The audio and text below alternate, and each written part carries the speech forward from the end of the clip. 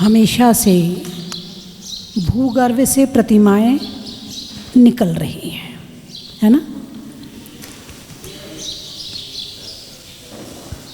अभी ताराचंद जी बम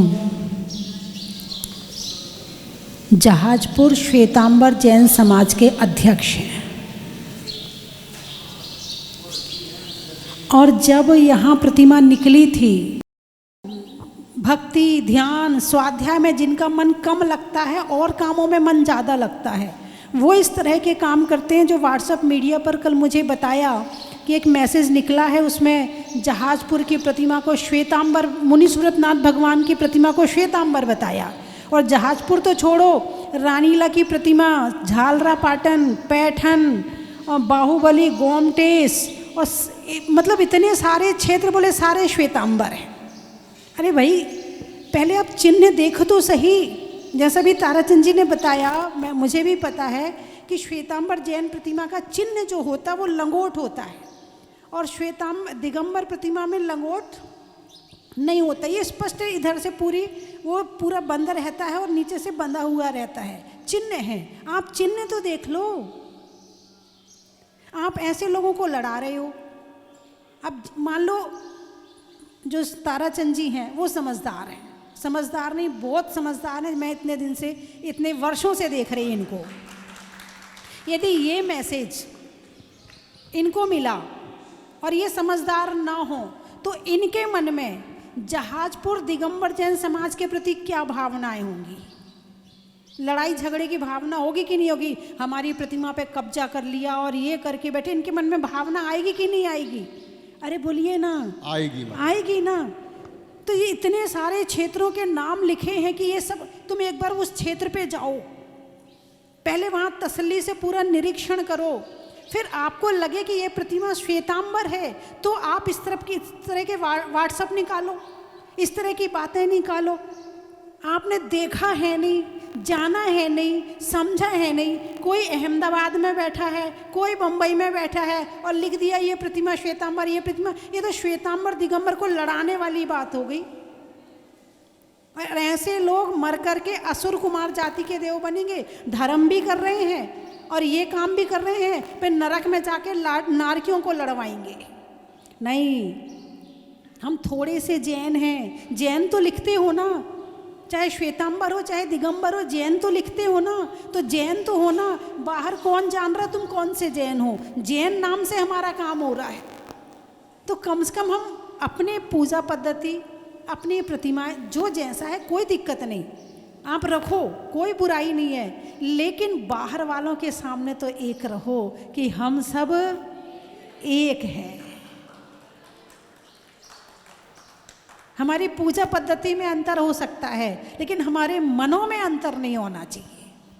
जितने श्वेतांबर भाई और दिगंबर भाई जो भी सुन रहे हैं, मैं जब से यहाँ पर आई हूँ, जितने श्वेतांबर साधु हैं, आप सबको लेकर आते हैं। सब भगवान के दर्शन करते हैं, भक्ति करते हैं, और उसके बाद यहाँ उनका पूरा आहार पानी होता है, पूरा सम्मान होता है।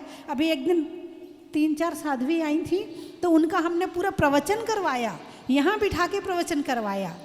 मैं अंबाला और हरियाणा में थी, तो वहाँ के स्थानक वासी हमें लेने आते थे, स्थानक में रखते थे, वहाँ पर प्रवचन होता था, और स्थानक वालों ने चौका भी लगाया।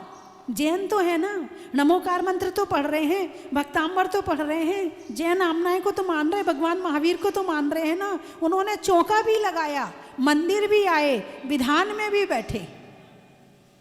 इतनी कट्टरता अच्छी नहीं है कि आप लोगों को लड़ाना शुरू कर दें। तो जिनने भी ये मेरे पास में ये पर्चा आया वो देख लें, और इस पर्चे को जो भी इस व्हाट्सएप में आए हैं उनका विरोध लिखकर एक बार उनको डाल दें कि आपने ये गलत किया है, आप लड़ाने वाला काम ना करें। ठीक है, चलिए। अब जो अभी हमारे लाइब्रेरी की जो वर्कशॉप चल रही है, तो आज विचार किया कि आज थोड़ा शंका समाधान रख लेते हैं। तो आप बुलाओ, जिनका नाम है उनको बुलाओ और उनको खड़ा कर लो यहाँ, जिनका नाम है। डॉक्टर सुमन जैन जी अपना पहला प्रश्न लेकर आएंगी, शीघ्रता करेंगे सभी लोग, और उसके बाद तैयार रहेंगी डॉक्टर दीपाली जैन।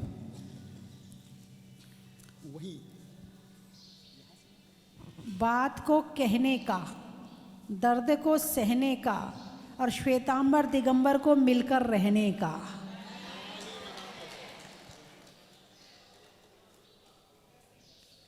नहीं होने में खता का, घर के पता का और श्वेतांबर दिगंबर की मित्रता का। किसी को छोटा ना बनाओ, पता नहीं कौन बाद में कब छोटा हो जाए और कौन बाद में कब बड़ा हो जाए। राजा भी कीड़ा बन जाता है और एक चांडाल भी देव बन जाता है। कोई छोटा नहीं, कोई बड़ा नहीं। चलिए, जय बोलो मुनीश्वर अवतार भगवान की जय। वंदामी माता जी, मेरा प्रश्न है, जैन धर्म के सिद्धांतों को नई पीढ़ी के बीच कैसे प्रसारित किया जाए? बहुत बढ़िया प्रश्न, बहुत अच्छा है। पहले के समय में लोग पढ़े लिखे नहीं होते थे, कम पढ़े लिखे होते थे, है ना। मोबाइल भी नहीं थे, टीवी भी नहीं थी और इतने साधु संत भी नहीं थे। जितने साधु संत अब हो रहे हैं, इतने साधु संत भी पहले नहीं थे। तो पहले के समय में ज्ञान प्रचार के माध्यम कम थे। केवल एक रात में हर मंदिर में सभा होती थी और सारा गांव उमड़ के चला आता था। एक पंडित जी होते थे या कोई एक सामान्य श्रावक होता था, वो पढ़कर सुना देता था, थोड़ा सुन लेते थे, समझ लेते थे, हो गया। लेकिन वर्तमान समय में आज ज्ञान प्राप्ति के लिए और ज्ञान को आगे बढ़ाने के लिए साधन बहुत अच्छे हैं, बहुत अच्छे साधन हैं। मैं तो सोचती हूँ यदि इन साधनों का उपयोग किया जाए तो जैन धर्म के स्वर्णिम युग से कम युग नहीं होगा ये, यदि इसका सदुपयोग किया जाए। अब घर घर में प्रवचन हो रहे हैं, है ना। शाम को प्रवचन सुनते हो ना? अरे बोलिए ना, कितने लोग सुनते हैं? बहुत बढ़िया। अब इनके प्रवचनों का प्रभाव सुन लो, जो मेरे पास रिजल्ट आता है। जो छोटे छोटे बच्चे आते हैं, दादी आपकी माताजी आ गई, दादी आपकी माताजी आ गई। बोलिए हाँ या ना। तुम्हारा पोता बोलता है दादी आपकी माताजी आ गई। दादी भी सुनती है और पोता भी सुन रहा है। और दादी प्रवचन नहीं सुनेगी तो पोता भी नहीं सुन पाएगा, देखेगा कार्टून, है ना। अब दादी प्रवचन सुन रही है और बहू भोजन बना रही है तो बहू के कान में भी पड़ रहे हैं। वहीं बेटा भी दूसरे कमरे में बैठ के काम कर रहा है, उसके कान में भी पड़ रहे, वो भी उठ के आ जाता है। कई रिजल्ट ऐसे आए। एक भाई पूना के थे, बोले जिस समय लॉकडाउन लगा तो उस समय पर मैं घर में बैठ के काम करता था, तो मेरी माँ जो है रोज़ प्रवचन सुनती थी, तो मेरे कान में सुनने में आते थे, बड़ा अच्छा लगता था। फिर मैंने काम छोड़ दिया, जाके बैठने लगा और मैं रोज़ प्रवचन सुनने लगा और इतना इतना ज्ञान मिला, इतना ज्ञान मिला कि आज मैं आपके जहाजपुर में आ गया। कैसे? मीडिया बहुत सहयोगी है, आप उसका सदुपयोग करो।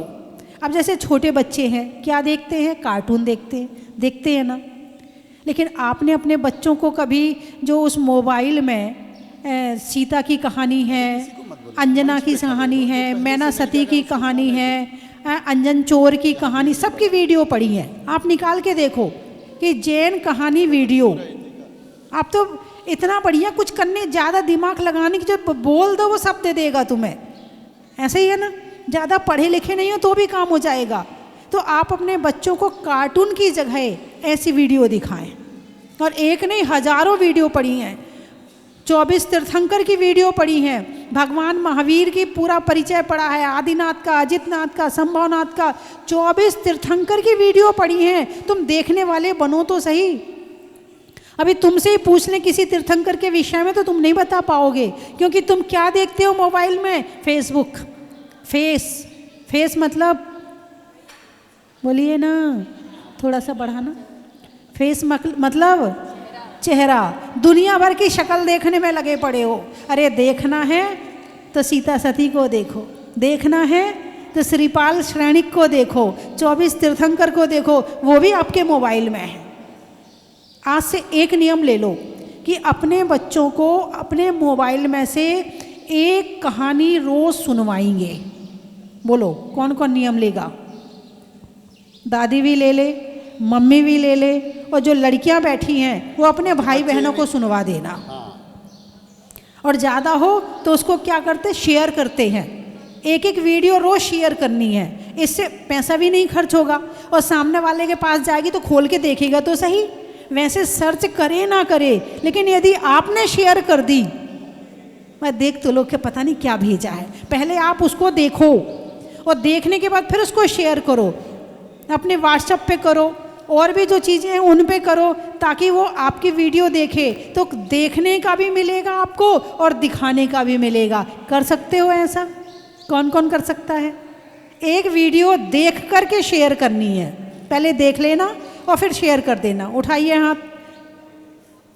बस ज़्यादा दिन नहीं, 1 साल का नियम है, 1 साल का। और लड़कियों के लिए, महिलाओं के लिए 3 दिन की छूट है, 3 दिन नहीं भेजना, ठीक है? 3 दिन की छूट है। अब हाथ उठाइए कौन कौन शेयर करेगा और एक वीडियो रोज़ देखेगा। तीर्थंकरों में से आदिनाथ भगवान की, अजित, किसी की भी एक की देख लो, सीता सती की, बहुत सारी वीडियो लाइन लग जाएगी, आप खोलो तो सही। बोले उठाइए हाथ, कौन कौन देखेगा आज से? आप लोग नहीं देखोगे? मोबाइल देखते हो, व्हाट्सएप देखते हो, देखते हो? ऐसे ऐसे में ना है या हाँ है? ऐसे या ऐसे? ऐसे करो, या ऐसे या ऐसे? देखते हो? तो अब क्या करना है? क्या करना है? स्वाध्याय करने का नियम पूरा हो गया। यदि आपने एक कहानी सुन ली, आपका स्वाध्याय हो गया। आपने एक वीडियो शेयर कर दी, आपने एक को स्वाध्याय करवाने का पुण्य ले लिया। अब पुरुष भी हाथ उठाएं। आता नहीं हो तो सीख लेना और शेयर कर देना, लेकिन ये और इसके अलावा कुछ और मत शेयर करना। हाँ उठाइए हाथ। जितने लोग टीवी में देख रहे हैं वो भी हाथ उठा लें कि एक वीडियो देख करके रोज़ शेयर करेंगे। उठाइए भाई, इनकी भी तो वीडियो, हाँ अरे वाह, आपकी भी वीडियो बन रही है, आप चैनल पे जा रहे हैं इस समय, आप पारस चैनल पे दिख रहे हैं। घर वालों को फ़ोन कर दो आप कि आप टीवी में आ रहे हो। बात समझ में आई कि नहीं आई? तो प्रश्न आया है कि आने वाली पीढ़ी को कैसे जैन धर्म दें? क्या कैसे जैन धर्म दें? केवल 1 साल के लिए नियम दे रही हूँ। 1 साल में तो आप इतना काम कर लोगे, इतना काम कर लोगे, इतने ज्ञानी हो जाओगे कि अब आगे मुझे कुछ करवाने की ज़रूरत नहीं पड़ेगी। हाँ, कभी बीमार हो जाओ तो उसकी छूट है, कभी आपके यहाँ शादी वगैरह है और आप बिज़ी रहे तो उसकी छूट है, बाकी आपको करना है, ठीक है? और बीमारी में तो और अच्छा, फालतू बैठे हैं, खाली बैठे हैं, यही करते रहो तो बीमारी याद नहीं आएगी और धर्म भी हो जाएगा, है ना? तो वर्तमान समय में जैन धर्म को प्रसारित करना और वीतरागता को प्रसारित करना, कुछ ना हो तो प्रवचन भेज देना। प्रवचन अच्छा लगता है ना सुनने में, प्रवचन ही भेज देना, ये भी आपके उसमें आ जाएगा, ठीक है? एक व्हाट्सएप पे आपने लिंक डाल दी, जाने कितने लोग सुन लेंगे और उससे क्या होगा? करने, कराने और अनुमोदना सबका पुण्य मिल जाएगा, है ना? तो इस तरह से अपने मोबाइल के माध्यम से, टीवी के माध्यम से जैन धर्म को और बच्चों को संस्कारित करें, ठीक है? अगला प्रश्न। अगला प्रश्न डॉक्टर दीपाली जैन का है, जो कि कार्यशाला की सह संयोजक भी हैं। वंदावे माता जी, मेरा प्रश्न है कि इस बदलते परिवेश में जैन समाज में पुस्तकों और पांडुलिपियों के प्रति इतनी उपेक्षा क्यों है? वंदावे माता जी। अभी मुझे पता चला कि अमेरिका में किसी जगह पे आग लग गई ना, है? जगह कौन सी है? Los Angeles. वो किस नाम से फेमस थी? हॉलीवुड। किस नाम से फेमस थी? हॉलीवुड, ठीक है ना? अब वो हॉलीवुड जल गया, फिल्मी दुनिया जल गई। क्यों जली? कोई बता सकता है? अभी कई दिन से मेरा प्रवचन ब्रह्मचर्य पर चल रहा था। अब ब्रह्मचर्य का नाश करने वाली ये मूवी है, ये हॉलीवुड है, ये बॉलीवुड है। बोलिए हाँ या ना, ये समाचार मुझे मिल गए हैं, है कि नहीं है? क्या हो गया? जल गया। क्यों जल गया? क्योंकि इसका नाश, मान लो ब्रह्मचर्य पालन करते हैं तो पुण्य की प्राप्ति, और नहीं करते हैं तो पाप। इतना पाप इकट्ठा हो गया कि एक साथ जल गया। और इनके माध्यम से ना जाने कितने लोगों ने पाप कमाया कि वो धर्म से दूर हो गए। ध्यान कहाँ रहता है? एक बच्चा दूसरे बच्चे से को क्या सुना रहा है, ये वो पिक्चर बहुत अच्छी है, उस पिक्चर में ना वो ऐसा बहुत अच्छा है, वो बहुत बढ़िया। बेचारे बच्चों के दिमाग खराब हो गए। हो रहे कि नहीं हो रहे? अरे बोलिए ना। प्रश्न आया है कि शास्त्रों के प्रति उपेक्षा क्यों? दिमाग तो एक ही है ना, कहीं लगा लो।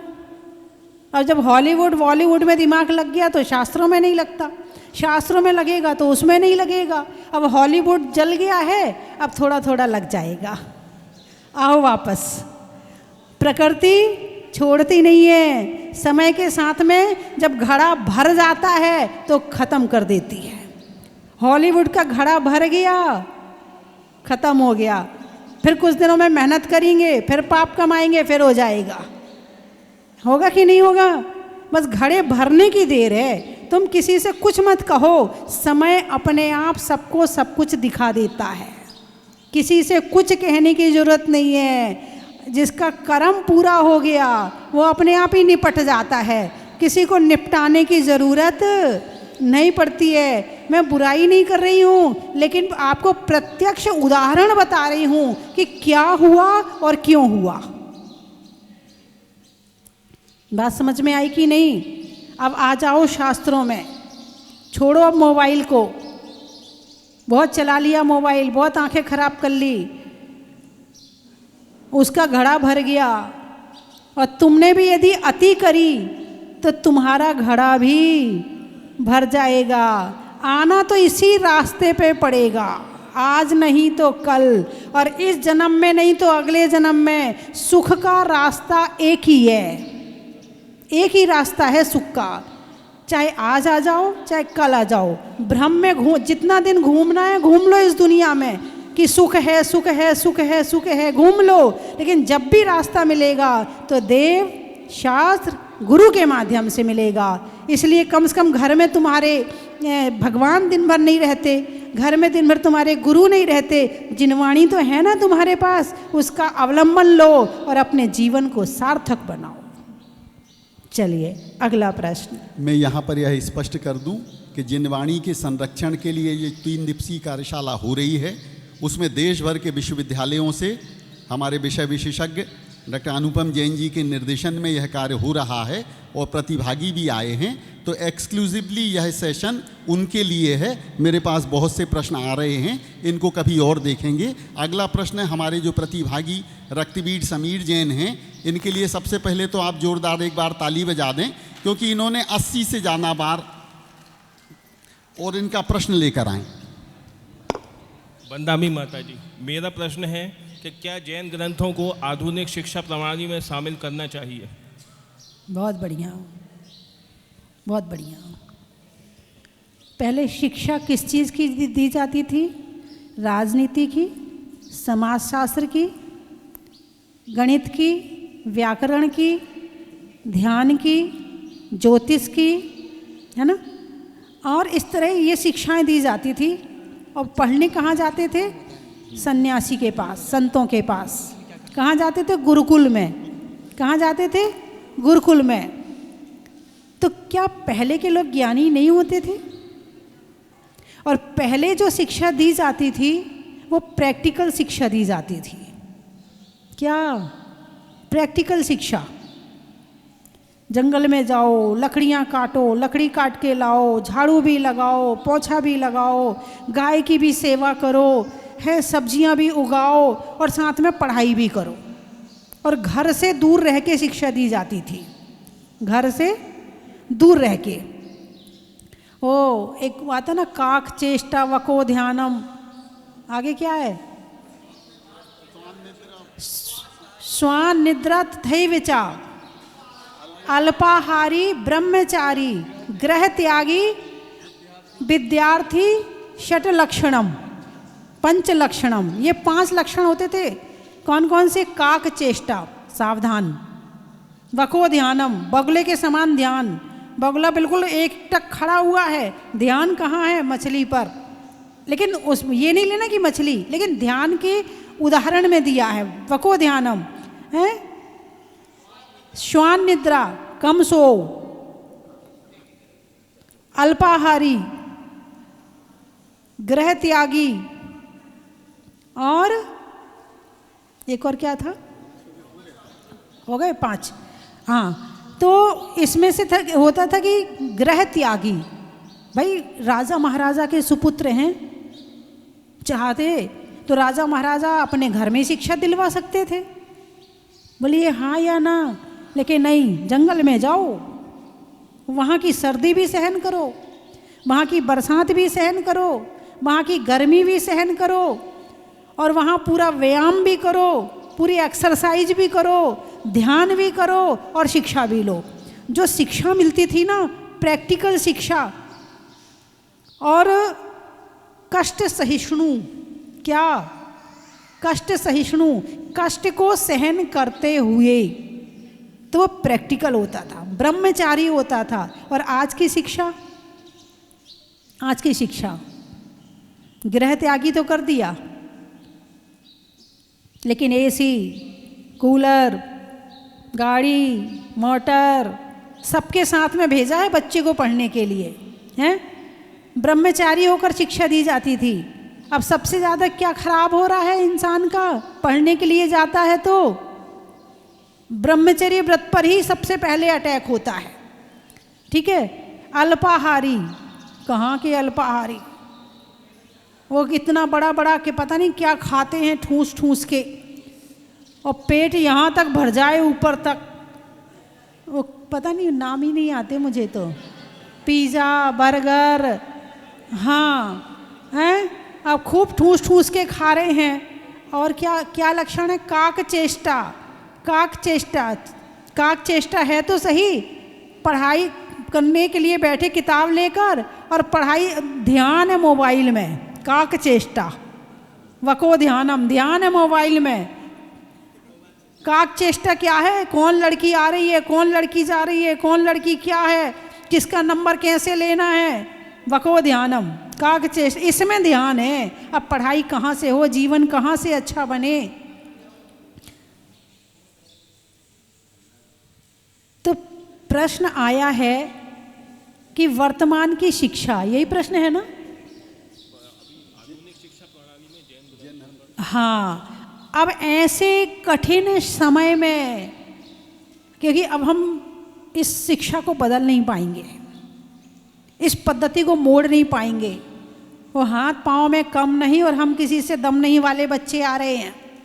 अब हम इन्हें बदल नहीं सकते हैं, ये चीज़ इन्हें देना ज़रूरी है, इनके खून में, इनके खाने में सब चीज़ मिल गई है।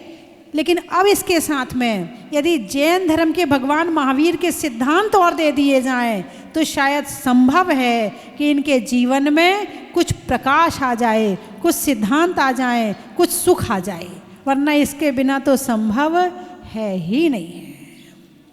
अब बस एक प्रश्न और, बस आखिरी प्रश्न।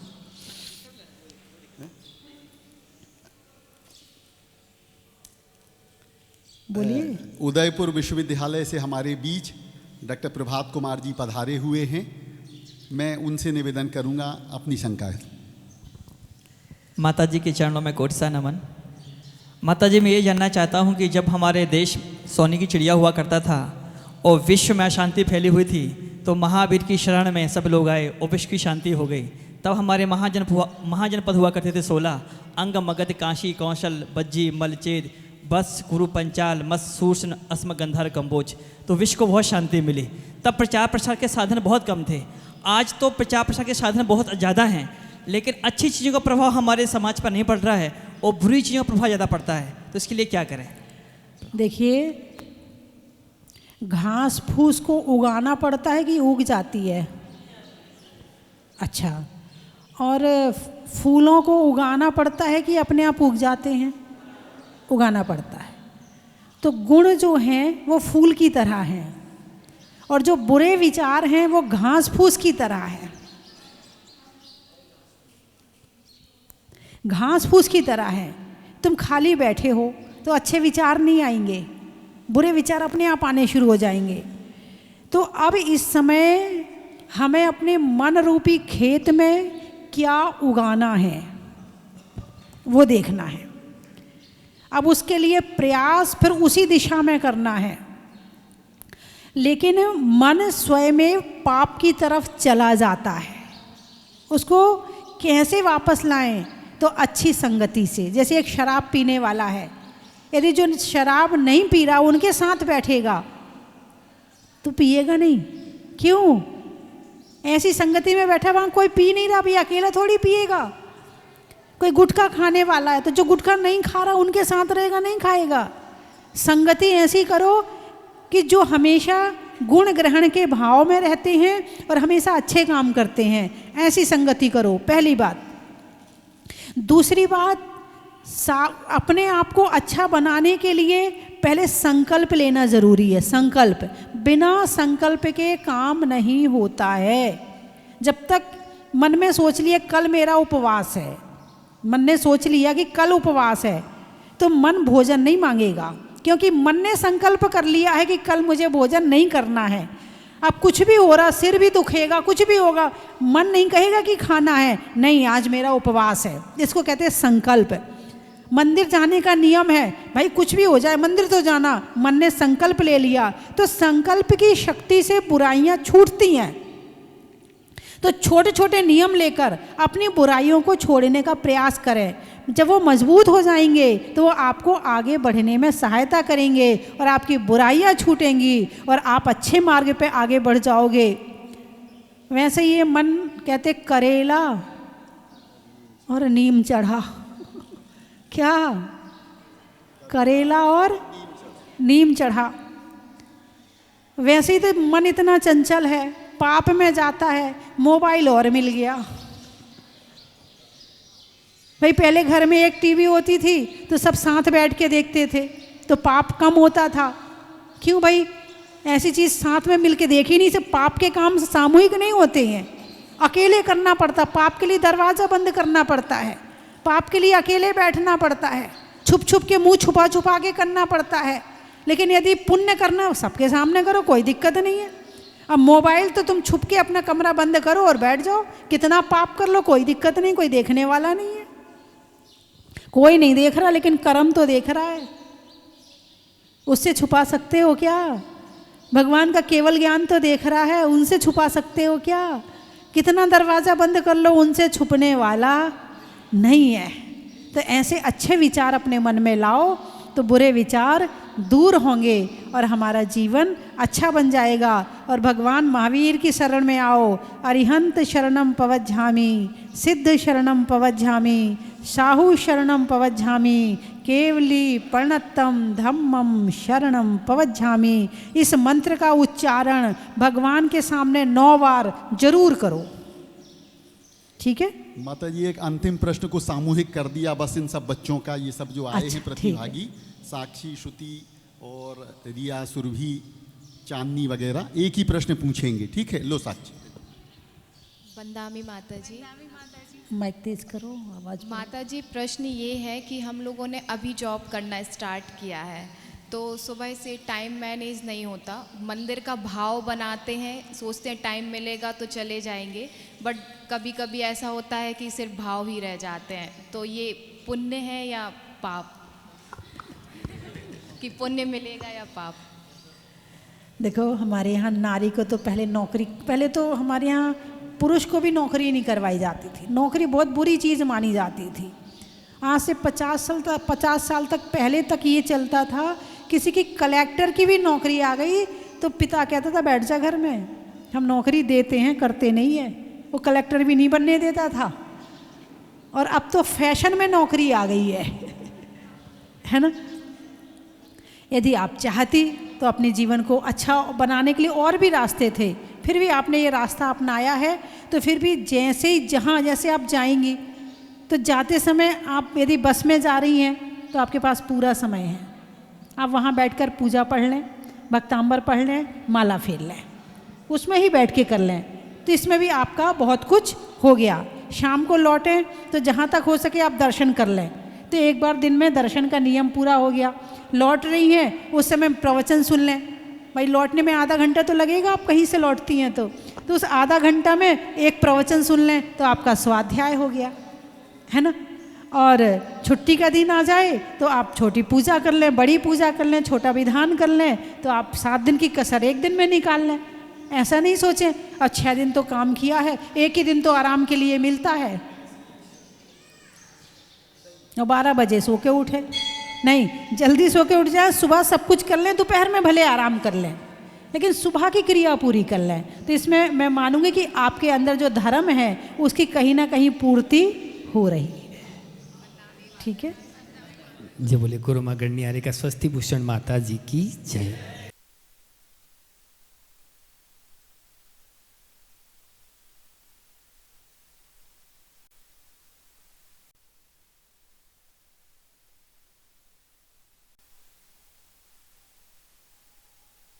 नागपुर वाले चले गए क्या?